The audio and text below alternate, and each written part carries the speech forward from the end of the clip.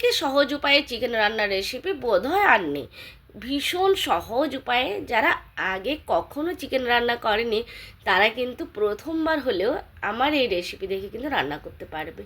একদম খুব সহজ উপায়ে, যে কোনো ব্যাচেলার্স হোক বা প্রথমবার কেউ রান্না করছে, যাই হোক না কেন, খুব সহজ উপায়ে এত সুন্দর একটা রেসিপি, আর খুব কম মশলায়, একদম নামমাত্র মশলা দিয়ে আমি রান্না করছি আজকের এই চিকেনের রেসিপি।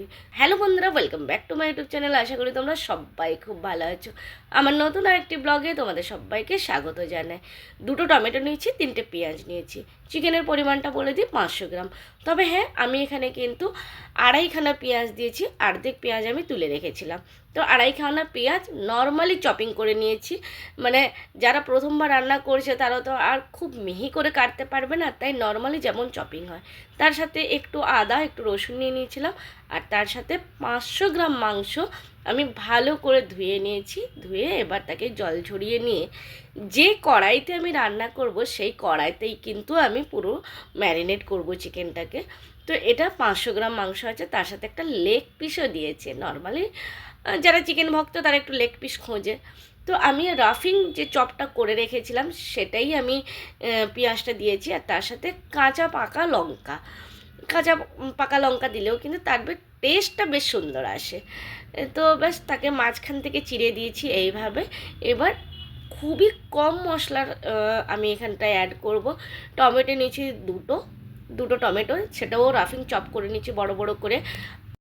চিকেনের এই রেসিপিটি ভীষণ হেলদি, শরীরের জন্য খুবই ভালো। তার কারণ হচ্ছে এতে খুব কম মশলাও দেওয়া হয়েছে, আর তার সাথে খুবই কম তেলে। তোমাদের সাথে পরিমাণটা, তেল মশলা সমস্ত কিছু পরিমাণটাও শেয়ার করে নেব। আদা রসুনের পেস্ট জাস্ট 1.5 চামচ আমি দিচ্ছি, বেশি নয় কিন্তু। 1.5 চামচও, মানে লাস্টের এই এক চামচ কিন্তু আমি পুরোটা দিইনি। তো যাই হোক, এবারে নুন দিয়ে দিলাম। আদা রসুনের পেস্ট, আগে পেঁয়াজ দিয়েছিলাম, টমেটো দিলাম, লঙ্কা দিলাম, তার সাথে নুন দিয়ে দিলাম। এবারে একটু অল্প করে লঙ্কা গুঁড়ো আর তার সাথে হলুদ গুঁড়ো দিয়ে ম্যারিনেট করে রেখে দেবো। আমি এর সাথে কিন্তু আর কোনো মশলা আমি অ্যাড করিনি। কোনো রকম কোনো মশলা ছাড়াই বাড়িতে যে সমস্ত উপকরণ আমাদের সাধারণত বাড়িতে থাকে সেইগুলো সহযোগে কিন্তু আমি আজকে বানাচ্ছি। তো খুবই সহজ, খুবই মানে যে কেউ এই রেসিপিটি বানাতে পারবে। তেলের পরিমাণটা আশা করি দেখতে পেলে, একদমই অল্প পরিমাণ তেল দিয়েছি। আর যে কড়াইটা রান্না করব সেই কড়াইতেই আমি ম্যারিনেট করছি। এবার ভালো করে ম্যারিনেট করে প্রায় 1 ঘন্টা মতন আমি রেখে দেবো। এটা খুবই মানে পাতলা ঝোলও বাটে, যেটাতে মশলা কম আছে, আর হেলথের জন্য সত্যিই ভীষণ ভালো। কারণ এতে কোনো মশলা সেইভাবে নেই। 1.5 চামচও আদা রসুনের পেস্ট নেই, মানে আদা রসুন দুটো মিলিয়ে 1.5 চামচ নেই।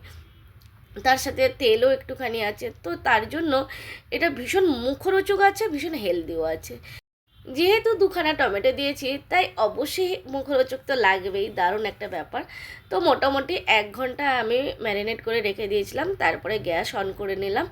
1 ঘন্টার পর তোমাদেরকে আগে দেখিয়ে নিলাম যে 1 ঘন্টার পর এইরকম দেখতে লাগছে। আমি একটু জল দিয়ে দিয়েছিলাম, ব্যাস। দিয়ে এবার তাকে ধিমি আঁচে কষতে থেকেছি।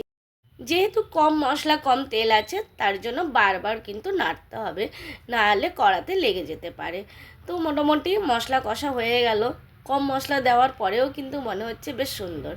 তো খেতে সত্যিই ভীষণ ভালো হয়েছিল। বিশেষ করে কষাতেই মনে হচ্ছিলো যেন সবটাই খাওয়া হয়ে যাবে, কারণ কষাটা দারুণ খেতে লেগেছিলো, খুবই সুন্দর। আমি বলবো অবশ্যই তোমরা এই রেসিপিটি একবার বানিয়ে খেও।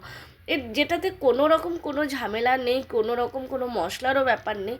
অতএব এটা কিন্তু যে কেউ বাড়িতে বসে বানাতে পারবে, তার জন্য এমন কোনো কিচ্ছু দরকার নেই। হ্যাঁ, গরম মশলা দিলে ভালো হতো, কিন্তু আমি যেহেতু গরম মশলা ম্যাক্সিমাম সময় অ্যাভয়েড করি, তাই আমি গরম মশলাটা দিইনি। তো একটু গোলমরিচ দিলেও ভালো লাগতো, আমি জানি, বাট আমি দিইনি আজকে। তোমরা চাইলে কিন্তু গোলমরিচের গুঁড়ো আর তার সাথে ধনেপাতা দিয়ে অবশ্যই খেতে পারো, আরও টেস্ট ভালো লাগবে। তো যাই হোক, কষার মাংস তুলে নিয়েছি আমার আর ছেলে দুজনের জন্য।